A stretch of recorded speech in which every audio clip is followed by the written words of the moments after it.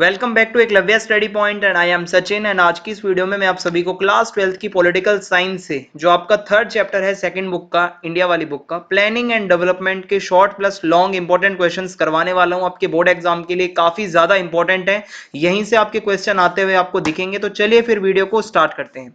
सबसे पहले आपको बता दूं कि अगर आपकी कोई भी क्वेरी हो तो आप मुझे इंस्टाग्राम पे मैसेज कर सकते हैं। मेरा यूजर नेम आप सभी के स्क्रीन के सामने दिया हुआ है। और अगर आप हमारा टेलीग्राम चैनल ज्वाइन करना चाहते हैं तो class 12 ESP new group search मार के आप हमारे टेलीग्राम चैनल से ज्वाइन हो सकते हैं। और अगर आप नोट्स पढ़ना चाहते हैं तो आप हमारी वेबसाइट www.eklavyastudypoint.com को विजिट कर सकते हैं। ठीक है, अब आगे बढ़ते हैं। सबसे पहला क्वेश्चन हमारे सामने जो इंपॉर्टेंट है वो आगे ये बनता है कि difference between NITI Aayog and योजना आयोग।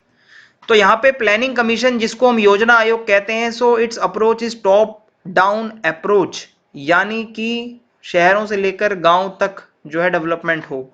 Decisions are taken at local level, plans fits to all size, centre had more powers, limited role of states, no power to allocate funds. ये प्लानिंग कमीशन के कुछ फीचर्स थे। नीति आयोग जो इसको बाद में चेंज कर दिया गया, प्लानिंग कमीशन को नीति आयोग बनाया गया। So it's approach is bottom up, यानी कि गांव से लेकर शहरों तक जो है डेवलपमेंट जाना चाहिए। Decisions were taken at centre, ठीक है, एंड कोऑपरेटिव फेडरलिज्म, ठीक है। और इसमें क्या होता है कि सभी स्टेट्स का पार्टिसिपेशन होता है, स्टेट्स को एम्पावर किया जाता है, ज्यादा से ज्यादा आइडियाज दीजिए। Fund allocation powers were given, ठीक है, इनको ये पावर मिलती है। आगे हम और अच्छे से भी पढ़ेंगे नीति आयोग के बारे में। तो ये बेसिक इसके बीच में डिफरेंशिएशन था जो मैंने आपको बताया। नेक्स्ट क्वेश्चन है differentiate between leftist and rightist. देखिए इसमें सिंपल सा है कि भाई जो आपके लेफ्टिस्ट हैं वो बैकवर्ड एंड सोशल ग्रुप्स को और पुअर को फेवर करते हैं, और ये क्या करते हैं कि चाहते हैं कि गवर्नमेंट जो है वेलफेयर पॉलिसीज लाए सोसाइटी के लिए। वहीं जो राइटिस्ट हैं, जो राइट विंग है, वो ओपन इकोनॉमी को फेवर करती है, मार्केट बेस्ड इकोनॉमी को फेवर करती है, कैपिटलिज्म को फेवर करती है।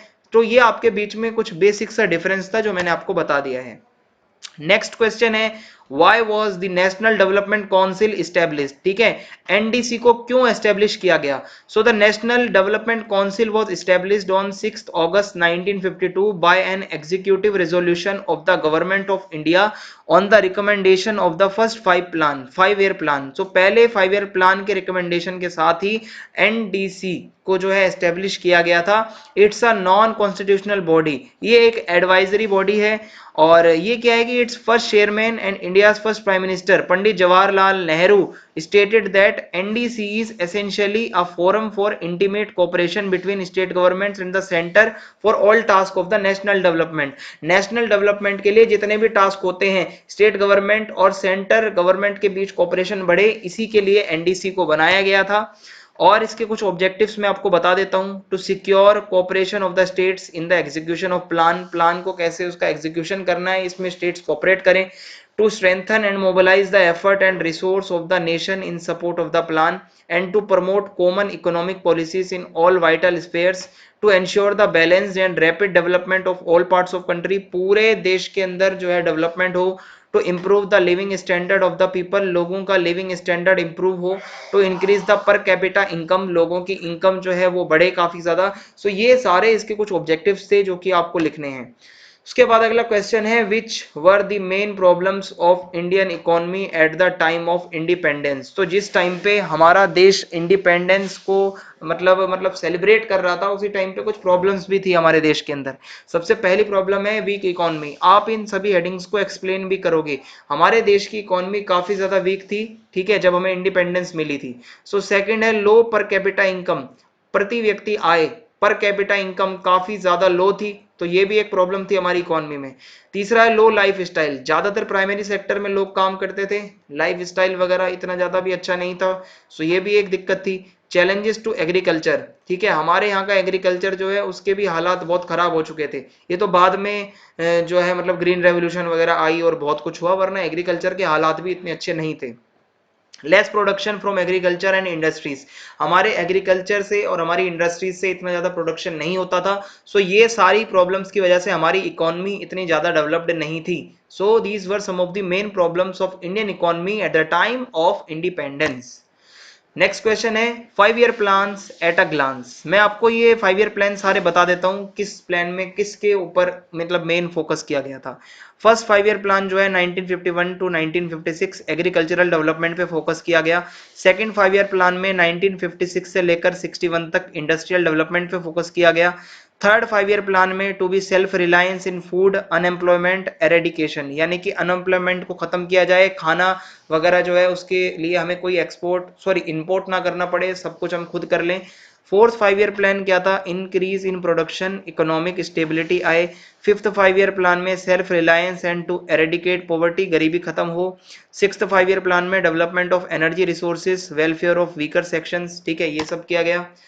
सेवन्थ 5 ईयर प्लान में production of food, modernisation and rural development. फिर एट्थ 5 ईयर प्लान में एम्प्लॉयमेंट पे ध्यान दिया गया, हेल्थ एंड लिटरेसी पे ध्यान दिया गया।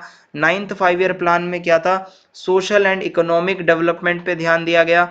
टेंथ 5 ईयर जो प्लान था उसके अंदर क्या आपका भाई social economic and industrial development पे ध्यान दिया गया। इलेवेंथ वाला जो था, ठीक है, फिर 11th जो 5 ईयर प्लान है उसमें एनर्जी और एम्प्लॉयमेंट पे ध्यान दिया गया। 12th जो था उसमें इंक्लूसिव डेवलपमेंट पे ध्यान दिया गया। सो ये सब हो जाएगा।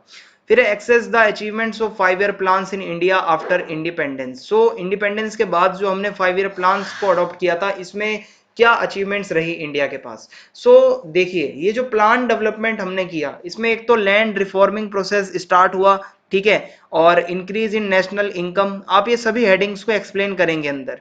इंक्रीज इन नेशनल इनकम, ठीक है, नेशनल इनकम बढ़ी, पर कैपिटा इनकम बढ़ी।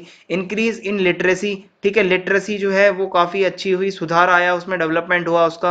And social justice was established, ठीक है, कि भाई सोशल जस्टिस को एस्टेब्लिश किया गया। India became self reliant in production, production के मामले में इंडिया जो है अब किसी और पे डिपेंडेंट नहीं है, खाने पीने के मामले में तो खासकर। पर capita income increased, GDP of the country increased, ठीक है। सो ये सारी चीजें कुछ हुई जब हमने 5 ईयर प्लान्स को अपनाया। सो ये कुछ अचीवमेंट्स रही इंडिया की। फिर नेक्स्ट क्वेश्चन है what was Kerala model of development. So Kerala model of development का मतलब है कि डेवलपमेंट हो, एजुकेशन का, हेल्थ का, लैंड रिफॉर्म्स हो, फूड डिस्ट्रीब्यूशन अच्छे से हो, पॉवर्टी अबोलिशन हो जाए उसका, भाई पॉवर्टी खत्म हो जाए, इसके ऊपर ज्यादा फोकस करना ही केरला मॉडल है। What was Bombay plan. Bombay plan का मतलब होता है अ ग्रुप ऑफ इंडस्ट्रियलिस्ट, ठीक है, इंडस्ट्रियलिस्ट जो बड़े बड़े जो भाई इंडस्ट्री के मालिक होते हैं, इंडस्ट्रियलिस्ट होते हैं, उन्होंने एक रिजोल्यूशन प्रिपेयर किया 1944 में for the economic development of India. And इसी रिजोल्यूशन को हम बॉम्बे प्लान कहते हैं। इसमें यही बताया गया था कि प्लान्ड तरीके से आगे डेवलपमेंट होना चाहिए। Justify the importance of NITI Aayog in present scenario. आज के सिनेरियो को देखते हुए नीति आयोग की क्या इंपॉर्टेंस है। सो नीति आयोग के अंदर नीति का मतलब होता है N for national, I for institution, T for transforming, I for India. So national institution for transforming India. So NITI Aayog was formed by a resolution of the Union Cabinet on January 1st 2015। Modi government के under ये जो है इसको form किया गया। It is also a non constitutional body और advisory body, ये एक एडवाइजरी बॉडी है, ठीक है। और क्या है इसमें कि इसकी जरूरत क्यों पड़ी हमें। After independence planning commission based on socialist model was formed for the plan development of India but in the era of globalisation. देखो भाई, प्लानिंग कमीशन जब बनाई गई थी उस टाइम पे सोशलिस्ट मॉडल ज्यादा फेमस था, बट आज की डेट में ग्लोबलाइजेशन, प्राइवेटाइजेशन ज्यादा चल रहा है, specially in the 21st century. योजना आयोग वॉज बिकमिंग इनइफेक्टिव और इसीलिए वो चैलेंजेस फेस नहीं कर पा रहा था। सो नीति आयोग को एस्टेब्लिश किया गया। Political, economical and social and technical scenario of the country has changed. अब काफी ज्यादा चेंजेस आए हैं, पॉलिटिकली भी, इकोनॉमिकली, सोशल चेंजेस भी आए हैं, टेक्निकल चेंजेस भी आए हैं। So now India has strive to become a developed nation, हमें एक डेवलप्ड नेशन बनना है। सो हेंस ड्यूरिंग हिज मतलब this independence day speech on 15 August 2014, prime minister ने जब अपनी स्पीच दी 15 अगस्त 2014 की, सो यहाँ पे प्राइम मिनिस्टर ने कहा था कि प्लानिंग कमीशन को खत्म कर दिया जाएगा एंड नीति आयोग को फिर बनाया गया इसी की जगह 1 जनवरी 2015 को। सो ये सारी इसके अंदर बातें थी। इसके ऑब्जेक्टिव्स क्या होते हैं नीति आयोग के, टू इवॉल्व, एक सेकेंड, तो इसके ऑब्जेक्टिव्स में to evolve a shared vision of national development priorities sectors and strategies with active involvement of the states. देखिए जब हमें नेशनल लेवल पे डेवलपमेंट करना है सेक्टर्स का और स्ट्रेटेजीज बनानी है तो ऐसे में स्टेट्स का इन्वॉल्वमेंट ज़्यादा से ज़्यादा हो। To foster cooperative federalism through structured support initiatives and mechanisms with the states on a continuous basis, recognizing that strong states make a strong nation। states का involvement ज़्यादा से ज़्यादा हो, फेडरलिज्म ज़्यादा से ज़्यादा जो है मतलब उसको लोग माने, और इसी में यही है कि भाई अगर स्टेट्स स्ट्रांग होते हैं तो ही एक नेशन स्ट्रांग होता है। to ensure in areas that are specifically referred to it that the interest of national security are incorporated in economic strategy and policy। so ये कुछ इसके objectives थे। इसके कुछ और फीचर्स हैं, ये गवर्नमेंट के थिंक टैंक की तरह काम करता है। Fosters cooperative federalism, empowers to state to make a strong nation, states को एम्पावर करता है कि भाई आप अगर स्ट्रॉन्ग रहेंगे तो नेशन स्ट्रॉन्ग होगा। Maintain coordination between national security and economic policies and provides strategic and technical advice on policy matters. So ये सब इसके सैलेंट फीचर्स थे। इसी के साथ वीडियो खत्म होती है। वीडियो अच्छी लगी हो तो चैनल को सब्सक्राइब कर दें, ज्यादा से ज्यादा वीडियो को लाइक करें, कमेंट बॉक्स में जरूर बताएं वीडियो कैसी लगी, और वीडियो को ज्यादा से ज्यादा शेयर करें। जय हिंद, जय भारत, बहुत बहुत धन्यवाद आप सभी का। मिलते हैं नेक्स्ट